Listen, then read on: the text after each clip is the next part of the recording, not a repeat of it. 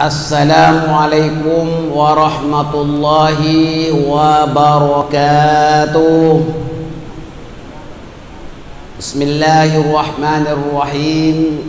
Alhamdulillahi rabbil alamin. Wassalatu wassalamu ala ashrafil anbiya'i wal mursalin, sayyidina wa habibina wa syafi'ina wa qurrati a'yunina Muhammadin wa ala alihi wa sahbihi ajmain, wa ba'du. Muslimin muslimat, mukminin wal mukminat, hadirin dan hadir sekalian, kali ini kita akan sama-sama kongsi dan mutola'ah berkenaan tentang sesudah nazar. Sebab apa? Kita yang nazar ini ya tak tahu, orang yang mendampingi pun tak tahu apa yang dialami orang nazar. Berdasarkan hadis, berdasarkan ayat-ayat Al-Quran, ya kita baru tahu apa yang dialami oleh orang yang nazar itu. Sesudah nazar, apabila seseorang itu telah disahkan meninggal dunia, maka lakukan ke atasnya yang perlu dilakukan ke atas mayat itu perkara berikut. Yang pertama adalah memejamkan mata mayat jika mata mayat itu terbuka. Maaf sajalah, kadang-kadang ada mayat matanya terbuka.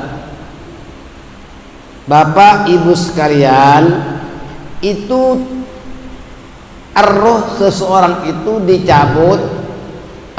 Ada yang dicabut daripada embun-embunannya, di mana ada yang ke atas, ke kanan, ke kiri, itu ya. Dan kalau kita sebagai pendamping yang menjaga jenazah itu, didapati jenazah itu terbuka matanya, maka perlu dipejamkan, ya. Karena apabila roh telah keluar daripada jasadnya, ia diikuti oleh pandangan mata kemana roh itu pergi. Kita tak tahu sebetulnya kan, ya, tengok tak tahu. Ini berdasarkan hadis Rasulullah Sallallahu Alaihi Wasallam dalam riwayat Al-Imam Ahmad menjelaskan, idza hadartum mautakum fa'aumidul basar fa innal basara yatba'ur ruh. Jika kamu hadir pada orang mati, maka pejamkanlah matanya, karena sesungguhnya mata mengikut kemana roh itu pergi. Kadang-kadang ke kanan, maaf, kadang-kadang kiri, kadang-kadang melirik ke atas. Sebab ada yang diampunkan, ada yang malaikat yang mencabut nyawanya dibawa ke atas. Yang kedua, yang perlu dilakukan oleh orang yang mendampingi mayat itu, menutup mulut mayat. Jika mulut mayat itu terbuka, menganga begitu, yaitu dengan mengikat dagunya pada kepalanya. Ya, ambil tuala kecil yang boleh diikat daripada dagu ini diikat ke atas, ikat. Tapi tak semua mayat itu matanya terbuka, kadang-kadang dia tutup sendiri. Ada mayat yang mulutnya ditutup sendiri, macam-macam ya. Kalau ada mayat itu mulutnya dia terbuka, mungkin juga roh itu dicabut daripada mulutnya, menganga dia, belum sempat menutup mulutnya dah tak ada rohnya. Maka orang yang mendampingi itu perlu membetulkan akhlaknya, bagaimana adab-adabnya ditutup. Tuh, ya kadang-kadang anak kita ini perlu diajar Bu ya. Nah, kalau anak-anak yang tak belajar dia pun bingung apa nak buat, bimbang, terusnya ini perlu diajar, diikat daripada bawah ke atas ini dengan kain. Yang ketiga, menanggalkan pakaiannya dan menggantikan dengan kain yang ringan sehingga menutupi seluruh tubuh badannya.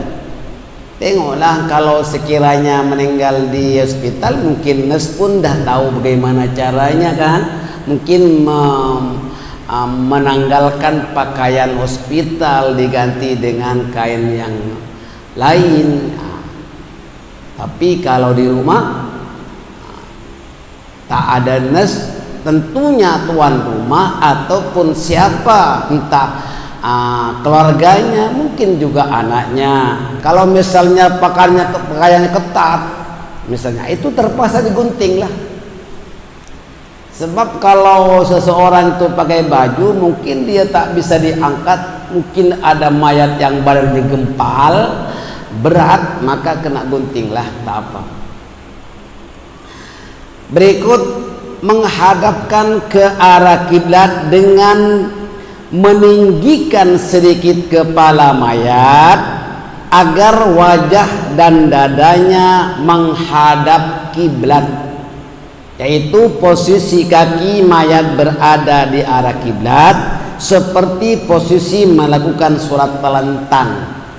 Kaki ada di arah barat kiblat, kepalanya ada di arah timur menghadap kiblat, maka perlu diberi bantal lebih tinggi supaya menghadap kiblat. Sama dengan posisi orang yang sholat telentang, begitu. Diletakkan di tempat yang agak tinggi. Maksudnya jangan mayat itu diletakkan di lantai, agar mayat itu tidak terkena uap, tidak kena hawa bumi, seperti diletakkan di atas katel ataupun tilam. Jadi taruh tilam yang agak tinggi supaya mayat itu tidak kena hawa bumi. Jangan membiarkan mayat seorang diri, ini penting. Jika mayat tidak segera diselenggarakan, tidak segera dikebumikan, hendaklah ditunggu oleh keluarganya yang bermahram dengannya, biasanya anak-anaknya. Maka penting anak-anak ini dilatih dan diberitahu, ajar cara-caranya untuk mendampingi jenazah yang sudah meninggal. Kadang-kadang meninggalnya awal malam misalnya, tentunya dia tak akan segera dikuburkan. Sebab saya dapati di Singapura ini, kalau ada orang meninggal biasa, dia tak akan dikuburkan waktu malam. Kalau di Mekah malam bisa, di kampung saya meninggal malam juga dikuburkan. Di Singapura tidak. Maka semalaman mayat itu perlu ditunggu, jangan ditinggalkan seorang diri. Kenapa? Ada sesuatu yang kurang baik. Satu contoh, takut ada cecak pergi ke mayat itu berbahaya, atau lipas, atau semut, atau kucing. Kadang-kadang tuan rumah ini punya kucing, takut dia lompat-lompat. Segera diuruskan. Diuruskan apa? Surat pengesahan dari dokter. Maka kalau orang itu sudah dipastikan oleh dokter dan disahkan meninggal dunia, barulah perlu segera diuruskan tentang surat penguburannya. Itu perlu bijak. Maka kita ini tak boleh memencilkan diri dengan masyarakat. Sebab kita ini sebetulnya numpang. Istri numpang kepada suami, kepada anak-anak kan? Suami numpang kepada istri, kepada jiran tetangga, kepada adik beradik, kepada sahabat. Sebab kalau orang itu meninggal dunia, yang hidup yang menyelenggarakan, yang menguruskan jenazah, dia kontak tukang mandi, menguruskan penguburannya, lot berapa, itu pasti ada orang. Maka ibu-ibu, bapak-bapak sekalian, jangan suka memencilkan diri dengan keluarga, dengan sahabat, dengan jiran, dengan masyarakat. Kita mesti punya adab macam mana cara hidup, ya Bu ya. Kalau seorang itu tak dikenal, apalagi keluarganya tak banyak, apalagi keluarganya bermusuhan, boleh jadi jenazah itu lambat untuk diselenggarakan. Maka dari itu Bapak dan sekalian, baik-baiklah dengan sesama manusia, dengan keluarga, dengan suami istri, dengan anak beranak ya. Jaga anak kita. Suami istri harus baik-baik, dengan anak-anak mesti baik-baik gitu. Anak pun perlu diajar agama. Kalau tidak, tak tahu apa nak buat. Yang tahu mereka kadang-kadang hanya tahu pakai necktie saja. Maaf saja, bekerja dia pandai, tapi untuk menyelangkan jenazah dia tak tahu.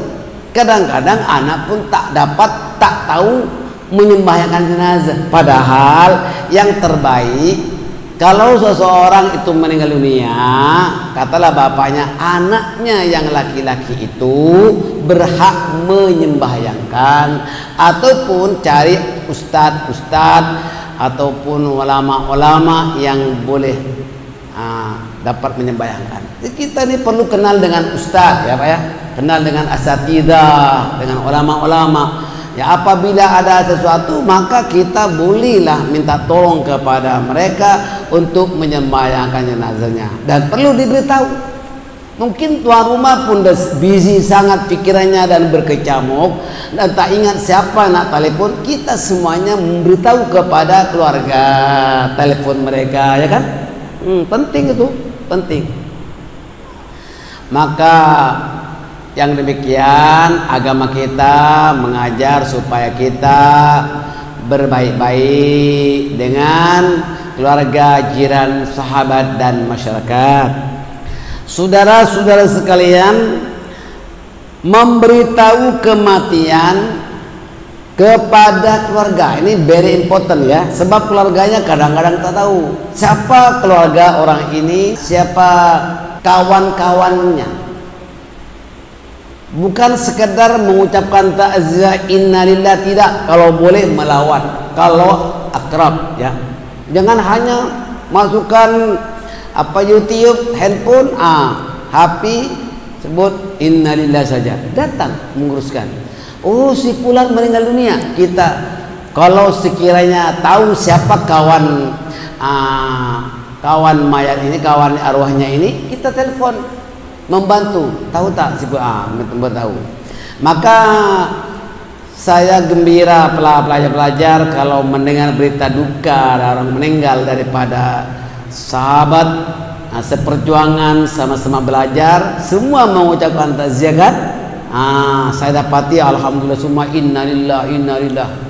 Bukan hanya innalillah, kalau boleh kirimkan Al-Fatihah. Saudara-saudara sekalian, memberitahu kepada semua keluarga dan sahabat, bahkan kepada jiran. Beritahu. Maaf sajalah, jiran saya ini bukan semuanya muslim. Saya punya jiran Cina, tapi saya baik. Kalau ada di antara mereka itu meninggal dunia, ibunya katalah, buktinya saya dapati si ibunya ini meninggal dunia tengah malam. Saya habislah subuh langsung pergi. Walaupun dia orang kafir, tapi jiran kita datang. Masya Allah dia sambut, kita lihat. Boleh apa tidak kita melihat ataupun melawat orang non muslim? Boleh. Apalagi jiran, apalagi sahabat, boleh. Simpati. Masya Allah dia bilang kepada keluarganya, ini nih boy yang saya yang terbaik. Kang, dia pertama kali sebelum keluarga sampai, dia suruh pun sampai. Ya, bilang sama keluarga saya ya. Maksudnya penting dalam kita berjiran berbaik-baik. Ya Bu ya. Boleh kita bahkan perlu dianjurkan kita melawat jiran walaupun dia orang non muslim.